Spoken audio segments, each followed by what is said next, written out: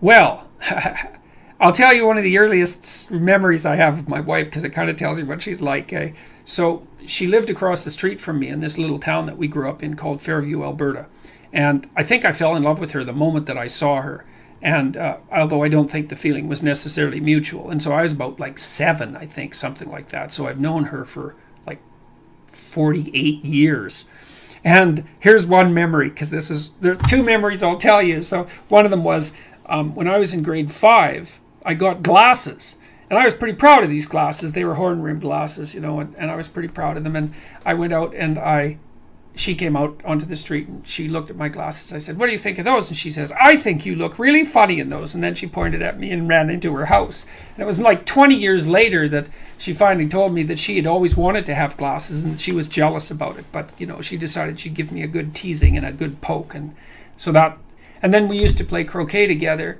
And one of the great delights she would take is, I don't know if you've ever played croquet, but you're sometimes the one person's ball that they're hitting and another person's will come together, and then you can stand on your ball and you can nail it with the croquet mallet and like knock the other person's croquet ball halfway down the block. And she used to think that was pretty damn amusing when she did it to me. So, but yeah, I mean, I told my dad when I was in grade 5, I was sitting with her on this big armchair in our living room, and she was sitting beside me on the armchair, which I was pretty damn thrilled about. And she was being chased around by all the boys in the school at that point, even though that was in the elementary school, So she was very hot property, let's say, among the elementary school boys. And so I was pretty happy to have her sit by me. And so, anyways, she left, and I told my dad that I was going to marry her. And I remember that, and he told that story at our wedding, which was quite cute. And then I'll tell you one more story, which I really think is funny. This is so funny. So we were friends when we were kids, and then girls mature faster than boys, and she's a year older than me because I skipped a grade in school. We were in the same grade in school. And so when she hit about 13 or so, we kind of went our separate ways a little bit, although we still remained friends. And she had a paper route, and I took her paper route over when she hit 13 or so, and I like quadrupled the damn thing, I think, which I think is pretty funny. But I also delivered paper to her house. And one day she was there with another of her friends, and who was a kind of a cute chick too, and I liked her quite a bit. And they were sitting around talking about how they were feminists, roughly speaking. And they were talking when I walked in about the fact that neither of them were going to take their husband's last name when they got married.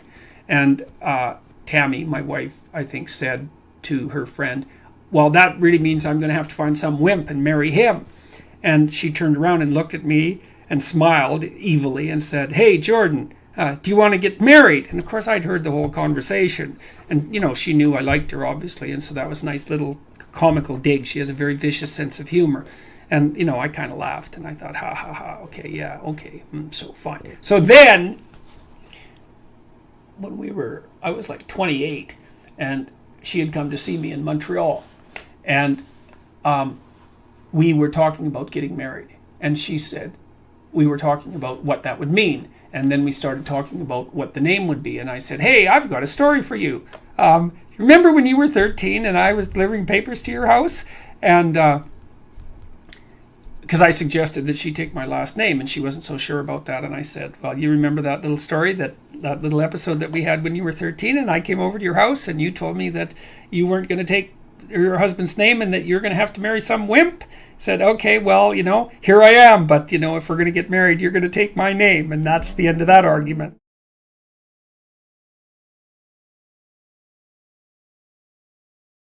When Jordan first asked me to marry him, he told me that if we didn't tell the truth, our relationship couldn't work. Mm-hmm. And so that was going to be, and that was when he was 25, something like that.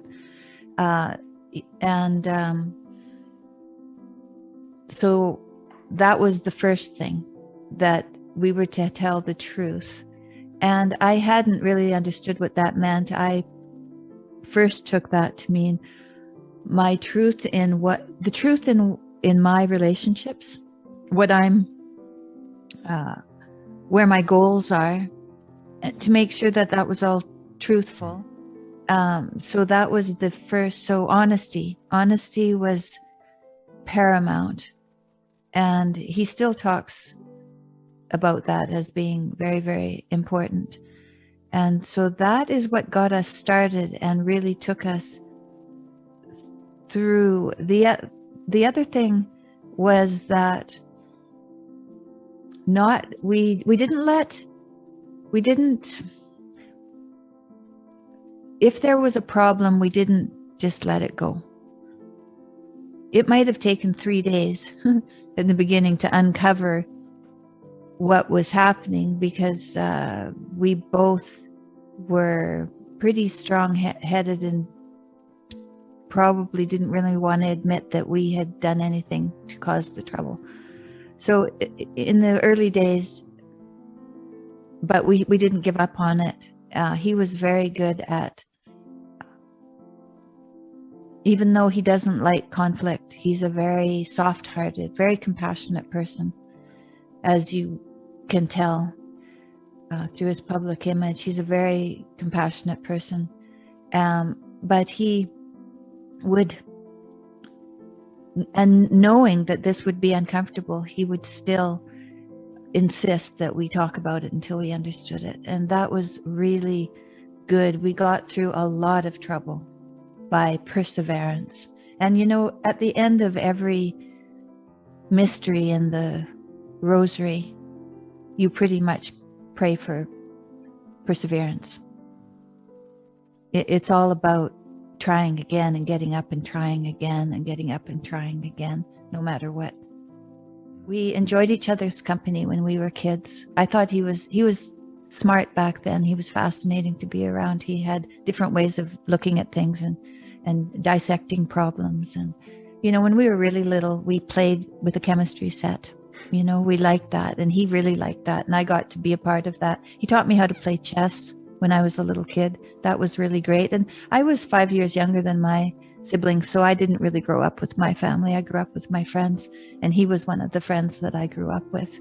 And I never got tired of being with him. And then when I left home when I was 18 and didn't really see him that much until I was in my 20s, or my mid-20s. And he called me and had moved within a couple of hours of where I lived when we were in our 20s. And I went to visit him, and he was getting his PhD. So it looked like he was getting his life together. He was taking responsibility for himself and moving forward. And I thought, you know, if I don't marry him, I won't know what happens in his life as I do now. And so if I want to know what happens in his life, I'll have to marry him in order to be there. And, you know, his dad was my school teacher. He was a good father. So I thought Jordan would be a good father. And he was interesting, and I wanted to be with somebody who was interesting. And so that's how I decided to marry him. He told his dad in grade 5 that he was going to marry me. So he decided a very long time ago. And I don't know when I learned that. I wasn't that young when I learned that. So it wasn't something that I knew about. But he was always there, you know, even when I wasn't seeing him, when I was going home. I lived in Montreal, and I was going home to Northern Alberta at Christmas. And his family lived in this little town too. When I got home, it was so often that he would come to see me that I would know within a half an hour of getting home that he would knock on my door. So he was a constant friend. So he was not easily gotten rid of, I'd say. By the time I wanted to marry him, he was getting pretty popular with the women, so I thought I better marry him quick.